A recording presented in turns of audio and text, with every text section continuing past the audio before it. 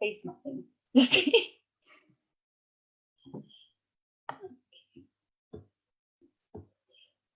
It's setting up. I'm sure there are people out there, and I'm here staring at the computer, making sure that we are live and that this is working. Let me just double check. For those of you who are watching for the very first time, welcome. Thank you so much for watching. I am Denise. I am a mom of two living in Madrid. I'm also a parenting coach. So basically, that means I help parents enjoy parenting. Now, we've been on lockdown for about 3 weeks, I think. Four. For a while. We've been on lockdown for a while, and they've just extended it. So I'm really happy that today we're going to be talking about gratitude, because I think with everything that's going on right now, it's really easy to just focus on everything that's bad or everything that's not working. But as we mentioned last week in several of the lives, what really helps when it comes to this type of situation is just focusing on things that you can control. And one of those things is focusing your thoughts on things that you have and things that you can be grateful for. So today we have Jo. She is a mindful travel and expat coach from You Choose the Way.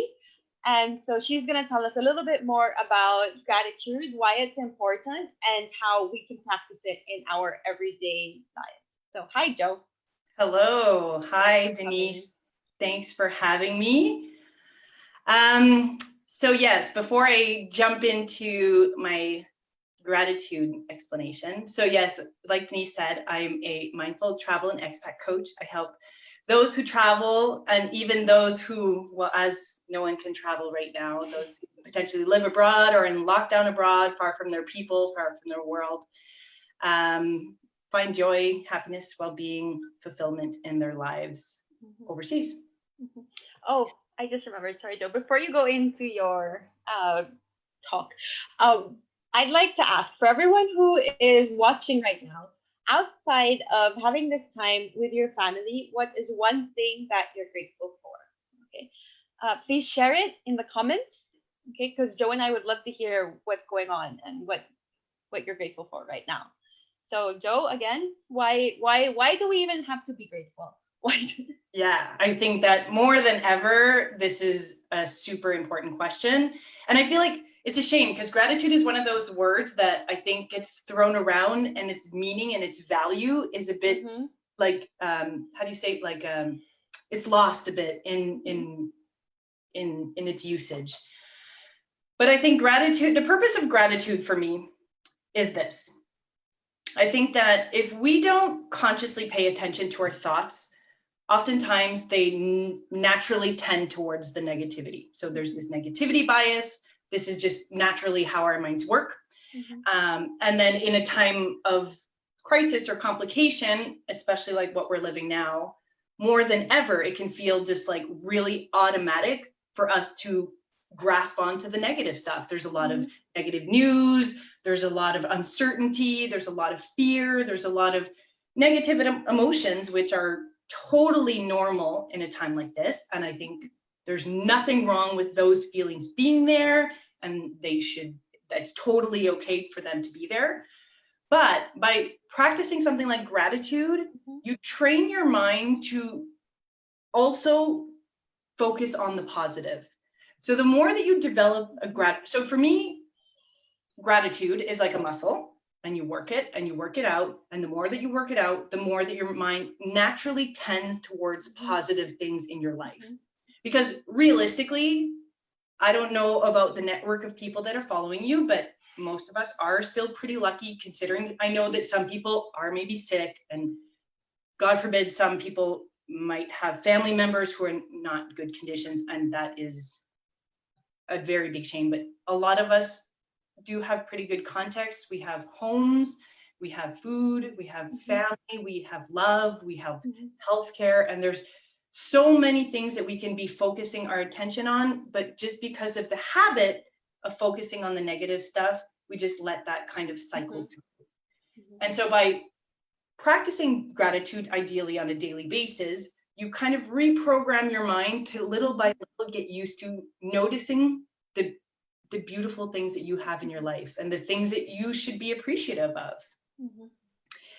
And so for me, that's why I practice gratitude, so that I don't stay gloomy and sad all the time, but it helps me kind of recognize like, wow, I'm so lucky. And not just to think that like as a cliche, like, I'm so lucky, I'm so grateful, but like really feel that, really feel like, wow, I'm really blessed. I'm really blessed to have the people I do in my life and to have the context I do, because most of us are really lucky.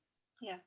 It's just, and it's also just, it makes you feel happier, right? Yeah. In the end, that's what, right? When we're thinking like gratitude, positive, the result is just like life satisfaction in general. Yeah. And without it even feeling like, you know, for me, it's not about like this pursuit of happiness thing is not about like faking some happiness that feels inauthentic. You know, it's not about like shove a smile on your face and like force yourself to feel these positive feelings that you might not feel, but more just like, okay, accept the negative ones when they're there, but then also do work to have the positive ones more naturally arise more frequently, you know, and then ultimately with that purpose to find more joy, find more happiness and laughter and love and all these things that are beautiful, find them more in your day to day, even in contexts that are more complicated. Yeah. Yeah. So how do we do that? Yeah, it's the good stuff. So as I was telling Denise right before we started this, so my business is called You Choose the Way. So with that idea, I'm all about everyone doing everything in the way that feels appropriate to them. And for some people, and gratitude included, you know? So I will give you some ideas, and I mean, do the ones that feel fun and exciting and pleasant to you. So for me personally, I'll start with the ones that I do. So I practice gratitude sometimes in my meditation practice. So I practice mindfulness, but then sometimes towards the end of my standard meditation practice, I'll take a few minutes just to feel gratitude and find gratitude within myself and just like find it and feel it. I also practice gratitude with my partner. We made it a rule that we're not always super good at following, but the idea is that at supper, we tell each other 3 things that we are grateful for about the day. So I think that like if you have kids and stuff like that, that could be a really practice to get them to just like, and you know, it's all about wording too. Sometimes the words I feel grateful for might not feel like close to somebody or might not feel comfortable within somebody, but sometimes it can just be like, what made you happy today? What made you laugh? What made you feel joy, and what made you feel love, or you know, what made you feel good? I think so when it comes to having this question with kids, it's nice to change it up every day if you decide to do it every day. Just because in my experience, there are some parents who say like they did try to start that like, oh, what are you grateful for? And the kid would be like, you, spaghetti, and my sister. Like, you know, like, first 3 things that came into his head.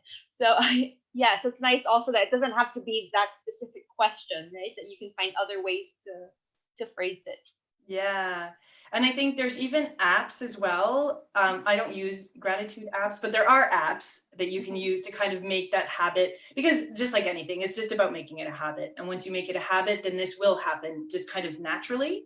And an app can help you do that. And I know that in different periods in my life, I go through phases with this as well. I journal, like, or not even journal. I literally just write like 3 things that I'm grateful for when I wake up in the morning, which can be another format of doing it. And also I think sometimes that maybe might feel more natural for some people, I guess, is when you find something in your day that you feel grateful for, stopping and appreciating it. Be really nice. You know, like when you're like, you know, having a conversation that you really like, or like really liking your morning coffee, or just like whatever it is that you're like finding joy in, just like stopping and like sitting in that joy for a minute, you know? It's making me like think of, especially now, of getting the chance to just slow down your mind. You know, like I'm sure nowadays everything is like a lot slower than what we're used to, but that doesn't mean that our mind is slower.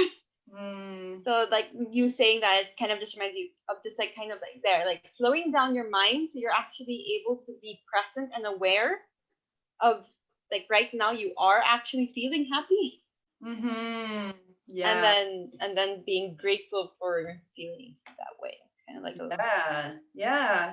And but like, I mean, if you can even get to that place where you like recognize that you're happy and allow yourself to like sit in it for a minute, even just like exploring that a little bit, like mm-hmm. if that feels like fun and cool to you, like, oh, where do I feel Yeah, joy? Oh, look, I yeah, feel it there in my body. Or like, yeah, and like, or like noticing the smells or like whatever other sensations come with that, yeah. like kind of like really squeezing out the last drops of the lemon of those joyful moments. Yeah, my husband actually was just, I think it was just last night or even during lunch that my husband was kind of laughing. Because so my like go-to coping habit is to eat my feelings. So it's just kind of like in the past year or so, it's really like a new thing where I'm really just like checking in with my body and being like, how does it feel for me to feel this way? Like how does happiness feel in my body? Like I don't know. Um, and so I think my daughter was saying that, oh, she's so cute. She was telling us that she sees cartoons when she's sleeping. Oh. And that she felt worried, and so I was like, oh, how does worry feel in your body? How do you know when your body's worried? Because I didn't get a good answer, but at least I'm trying. And my Yeah. husband was there because he knows like my intention. I think that's so cool because I think if from a young age you can learn the physical cues associated with feelings, I think that you can have a really different relationship with Yeah, feelings. yeah, Mm, that's really cool. yeah. So yeah, those are kind of some of my gratitude practicing ideas. Mm-hmm. But like I said, I think anyone will use different combinations of them Mm-hmm. and different moments use different ones. But I think choose one and try and like let it like force not well yeah at the beginning it's about forcing the habit. That's what it is at the beginning. That's what it feels like. It's just like anything when you're starting to go to the gym for the first time or starting to eat healthy Mm-hmm. or whatever it is. At the beginning it feels like super unnatural and you're like, this is hard or whatever it is.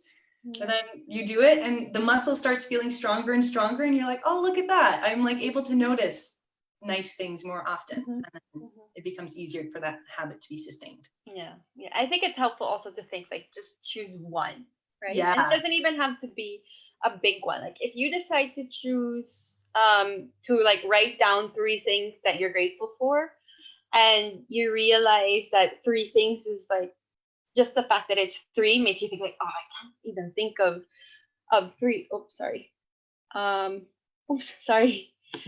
I'm just going to. Hi, Stephanie. Hello, how's it Wait, I'm going? sorry. I'm going to hide you. Okay. Okay. Sorry. I don't know how to hide. There, I'm gonna put you in waiting. Sorry, that was just like a literal incoming call. A literal. That's so funny. Anyway, yeah. So if three things it seems like just too much for you, then make it less. Like it doesn't. The point is that you do it. So yeah. Yeah. Yeah. Yeah. So yeah, that's it. Thank you so much, Jo. No, thanks. Do you want to give like a quick review of the tools that you mentioned? So some of the tools would The ways? be Yeah. some of the ways that you can practice gratitude would be with your family or loved ones at a certain moment of the day. So if you're or even housemates, if you guys all sit down to a meal, I think that's a really nice time just to kind of have an anchor point where you're like regularly doing it. And if you don't live with other people, it can be when you Skype whoever. Or if you want to do it by yourself, your anchor point can be when you first wake up in the morning, and whether you do that kind of internally just through reflection or whether you sit down and write it out, which I think can be really, really helpful. And then otherwise, if you don't want to have it be like an actual official part of your day, but more something that you practice when you recognize things that you're grateful for in your day and just appreciating those. Yeah. Yeah. So, and there are also apps, and There are apps. Yes, there are. surely there are apps. Yes, yes. There are plenty of apps. Sorry, I didn't look Yeah. into specific Yeah. apps because I Doesn't don't matter. use apps. Yeah. And right now, if you are interested in working with Jo, she's currently doing. Are you still doing your daily? I do Yes. personalized sessions. Yes, I do personalized sessions with, well, travelers are, well, now, right now there's no travelers, but even if we're in quarantine, travelers are always travelers at heart. And expats, if anyone is living abroad and feeling like Mhm. you need a space to explore some things that are going on for them, Mhm. then Yeah. those are my people. So I will share your page in the video description, and if they want to send you an email, it's joe@youchoosetheway.com, right? Yeah, exactly. You can find me on Facebook at You Choose the Way. Yeah. Okay. Perfect. Well, thank you so much for Thanks. sharing all your tips. To those of you who are listening, thank you so much for listening. Tomorrow, I'll be talking about my experience. I said 4 years of mom life because it's my daughter's birthday on Thursday. So I'm just going to share how the last 4 years have been and why I decided to become a parenting coach. So I hope I'll see you then, and bye.